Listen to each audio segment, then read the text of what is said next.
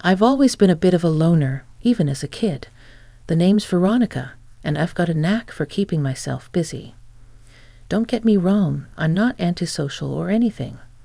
I just prefer my own company most of the time. My mom, bless her heart, recognized my independent streak early on. Instead of trying to change me, she channeled it into something productive. She introduced me to the world of cooking when I was barely tall enough to reach the kitchen counter. I soaked it all up like a sponge. Mom didn't just teach me recipes. She taught me to understand food. We'd go to cafes and restaurants all over town, and she'd break down each dish for me. As I grew older, my fascination with food only intensified. I started reading articles by famous restaurant critics, realizing that food was more than just taste and texture. It was about presentation, ambience, the whole package. One day, I turned to Mom and said, "I want to write about food." She looked at me, a hint of pride in her eyes. "Then you better learn everything there is to know about it, kiddo." And that's exactly what I did. I enrolled in a culinary institute, determined to become a master of the culinary arts. After graduating, I didn't stop there. I took journalism courses, honing my writing skills. I wanted to paint pictures with words to make people taste the food through my descriptions. My first bid as a restaurant critic was for a small local paper. I wrote about a tiny Italian place, describing the way the homemade pasta melted in my mouth and how the rich aroma of garlic and basil transported me straight to a Tuscan kitchen. To my surprise, people loved it. My editor called me the next day. "Kid, you've got a gift," he said. "Keep this up and you'll go far." And just like that, I found my calling. I bounced from newspaper to magazine, building a reputation for honest, witty reviews. But the real game changer came when I started my own social media pages. Suddenly, I wasn't just writing for publications. I was connecting directly with food lovers all over the world. My followers grew, hanging on my every word about the latest food trends and hidden gem restaurants. It was just another Tuesday evening. I'd settled into a cozy corner table at the Rustic Spoon, a new farm-to-table joint I was reviewing. As I jotted down notes about the ambience, an elderly couple at the next table caught my eye. The woman was peering at me intently, whispering to her husband. I offered a polite smile, used to being recognized, and turned back to my notepad. "Excuse me," the woman's voice was warm, tinged with excitement. "You're Veronica Miller, aren't you? The food critic?" I nodded. "That's me. Nice to meet you." "Oh, I'm such a fan," she gushed. "I follow all your posts. Would you like to join us for dinner?" I hesitated.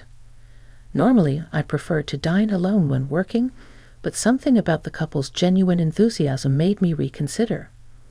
As I settled into their table, the woman introduced herself as Martha, her husband as George, and then gestured to a young man I hadn't noticed before. "This is our son, Jack." Jack looked up from his phone, his eyes meeting mine.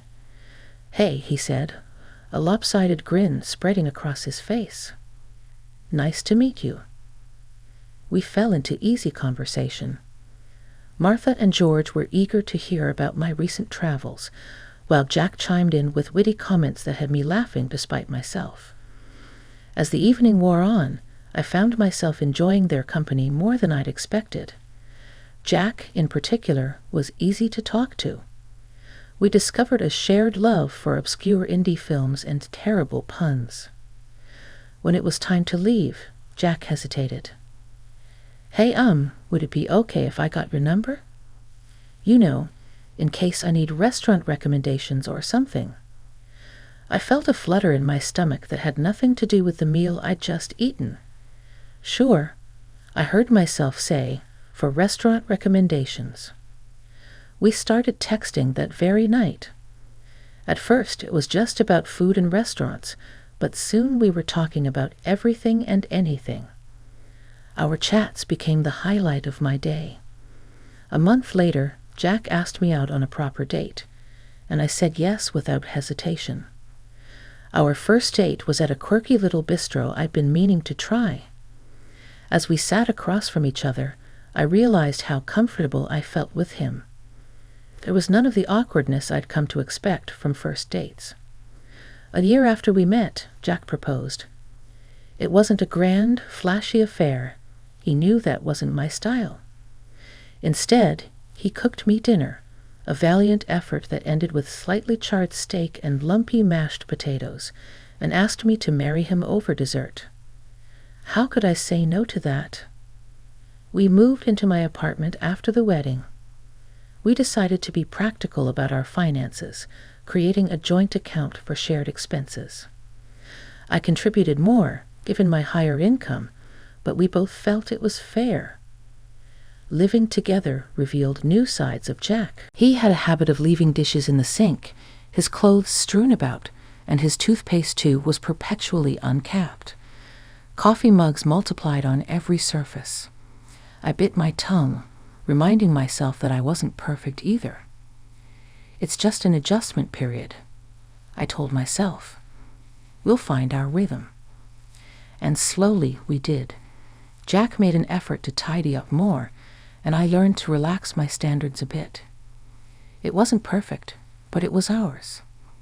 6 months later, it was time for our first vacation together. As we stood in the airport, luggage in tow, I felt a surge of excitement. I turned to Jack, ready to share my joy, when I noticed his gaze fixed on something behind me. I spun around to see Martha and George approaching us, beaming widely. They carried only small carry-on bags, looking as if they were embarking on a day trip rather than a week-long vacation. "Surprise!"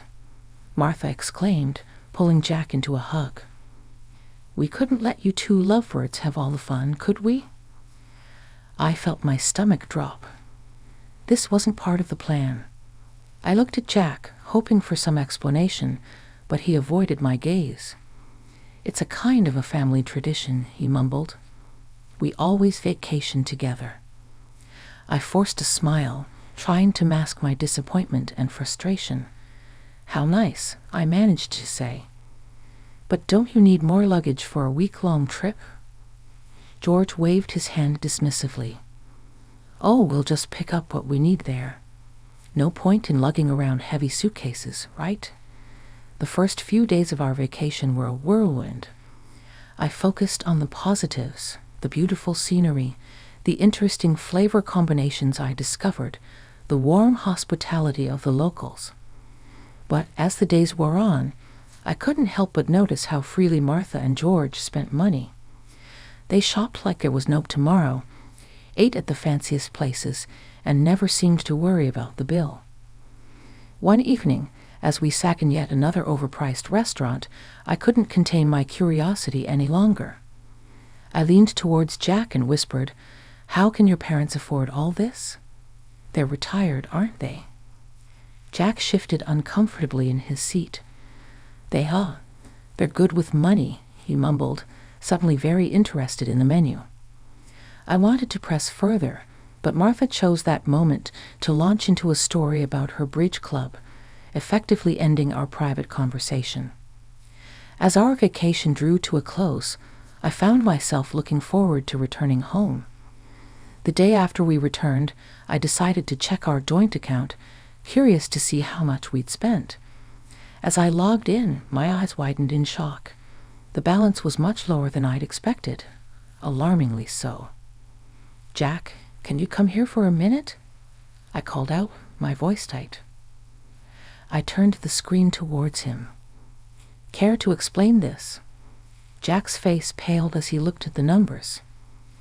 "I might have used our account to cover some of Mom and Dad's expenses," he admitted quietly. I took a deep breath, trying to calm the anger bubbling up inside me. "Jack, that was our money that I mostly contributed. You should have discussed this with me first." I know, he said, reaching for my hand. "I'm sorry, Ronnie. It won't happen again, I promise." A month passed, and life slowly returned to normal. Jack kept his word and didn't touch our joint account without discussing it with me first. I tried to put the vacation incident behind us, focusing instead on my work and our life together.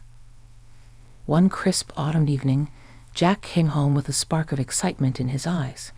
"Hey, Ronnie," he said, wrapping his arms around me from behind as I stood at the kitchen counter, prepping vegetables for dinner. "I got an idea. How about we go on an overnight picnic this weekend? Just the two of us, a rented motorhome, and the great outdoors. What do you say?" The idea was appealing. We spent the next few days preparing for our mini-adventure. I packed a cooler full of gourmet sandwiches, homemade potato salad, and a bottle of wine. Jack handled the logistics, renting a compact motorhome and mapping out our route. We arrived at the campsite by mid-afternoon. The area was beautiful, surrounded by towering pines and a crystal-clear lake. Jack maneuvered the motorhome into our assigned spot, and we stepped out to enjoy the fresh air. That's when I saw it, a familiar car pulling into the spot next to ours. Martha and George emerged from the car, waving enthusiastically. "Surprise," Martha called out. "We thought we'd join you for your little getaway." I turned to Jack, hoping to see shock on his face that matched my own.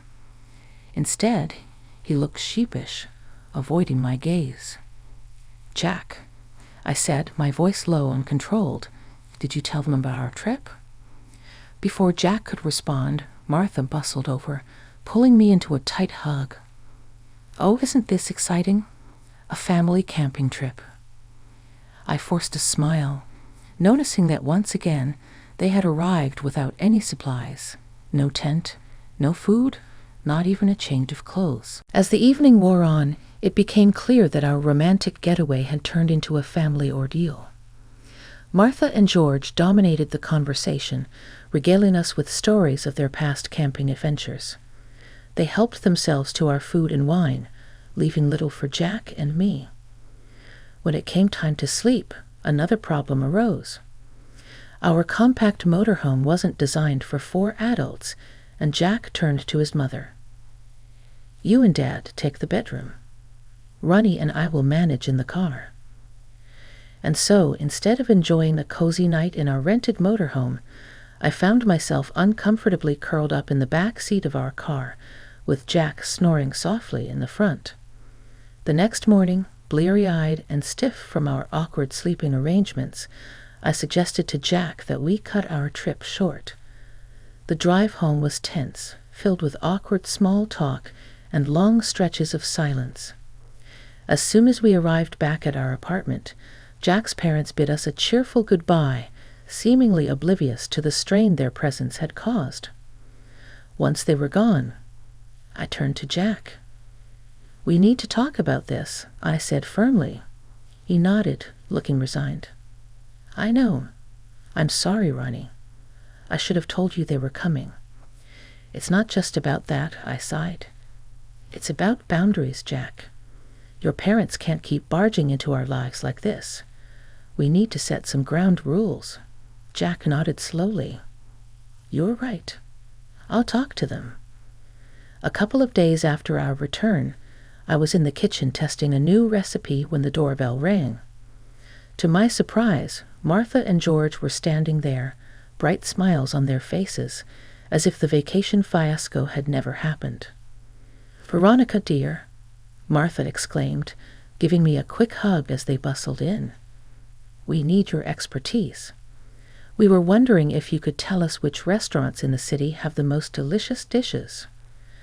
"Well," I said, caught off guard by the question, "there are quite a few excellent places.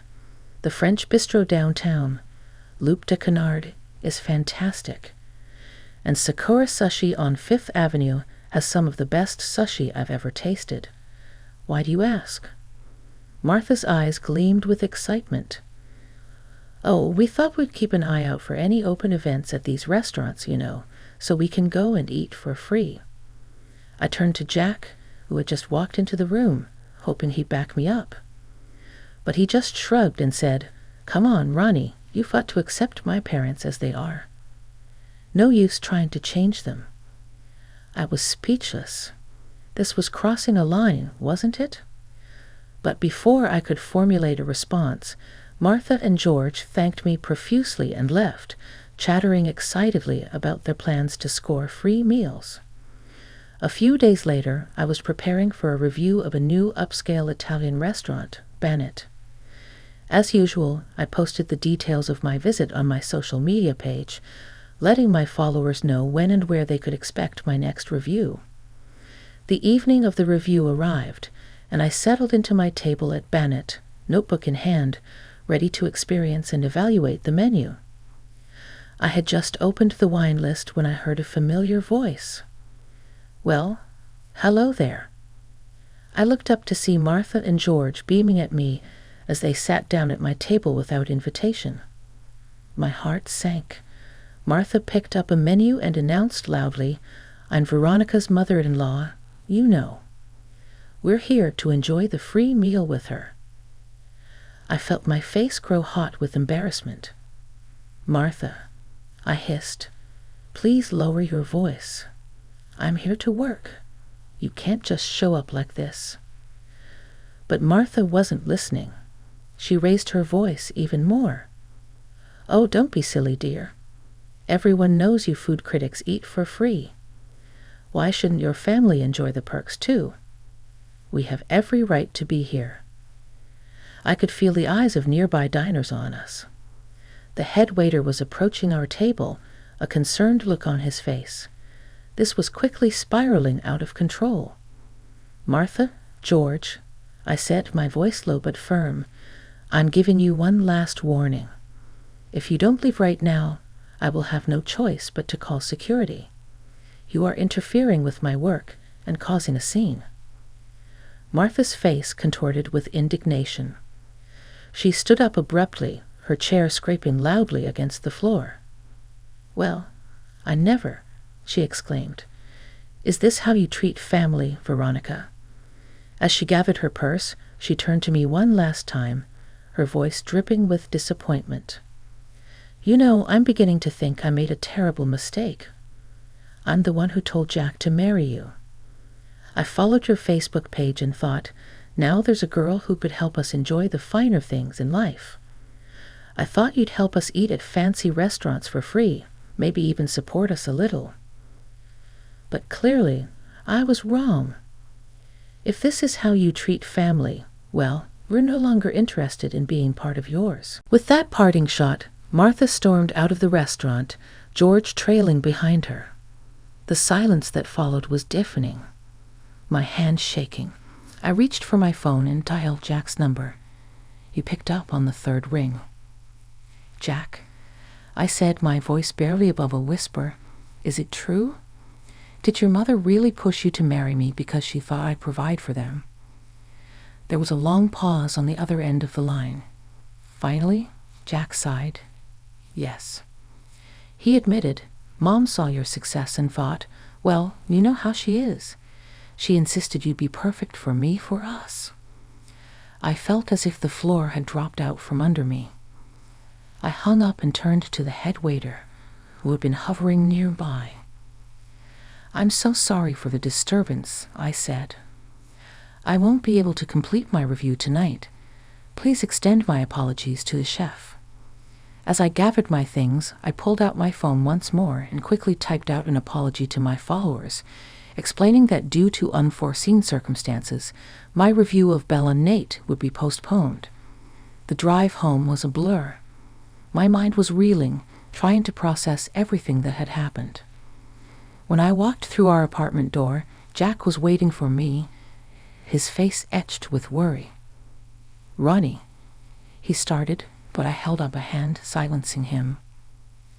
"Why didn't you tell me?" I asked, my voice barely above a whisper. "All this time, was I just a meal ticket to your family?" Jack's face crumpled. He reached for my hand, and this time, I didn't pull away. "No, Ronnie, no. I mean, yes, That's how it started with my mom's idea, but I fell in love with you, the real you. Not your job or your connections, just you. I sank onto the couch, suddenly feeling exhausted. He sat next to me, his eyes pleading. I know I've made mistakes. I should have set boundaries with my parents long ago, but Ronnie, I love you. I want to make this work. Can we try to fix this? I looked at him, really looked at him. Despite everything, I knew I loved him too. As we sat there on the couch, hands intertwined, I felt a glimmer of hope. Maybe, just maybe, we could salvage this mess and come out stronger on the other side. The next couple of months passed in relative peace. Jack made efforts to set boundaries with his parents, and I threw myself into my work, trying to rebuild the trust in our relationship. Then came the moment I had been working towards for years. My cookbook was published. It was more successful than I could have ever imagined. Major newspapers and magazines praised it, and it quickly became a bestseller on all the major online retail sites. One evening, as I was scrolling through yet another glowing review, Jack came home with a surprise. "Let's celebrate your success," he said, his eyes twinkling with excitement. "I've planned a trip to that charming city you've always wanted to visit. It's got everything you love. Amazing restaurants, historical sites, beautiful nature, and I booked us into that boutique hotel you've been eyeing." I hesitated for a moment, then asked the question that had been nagging at me. "It's just us, right? Your parents aren't coming?" Jack looked me in the eye. "I promise, Ronnie, it's just us. No parents, no surprises." The day of our trip arrived, and we made our way to the train station, luggage in tow. As we approached the platform, I felt my heart sink. There, waving enthusiastically, were Martha and George. I turned to Jack, hoping against hope that this was some cruel coincidence, but the guilty look on his face told me everything I needed to know. "I'm sorry," he muttered, avoiding my gaze. I couldn't not invite them. Mom found out about the trip. In that moment, something inside me broke. All the promises, all the efforts of the past months, they meant nothing. But I plastered on a smile as Martha and George approached. I noticed they only had a small purse between them, no luggage. I asked, already knowing the answer.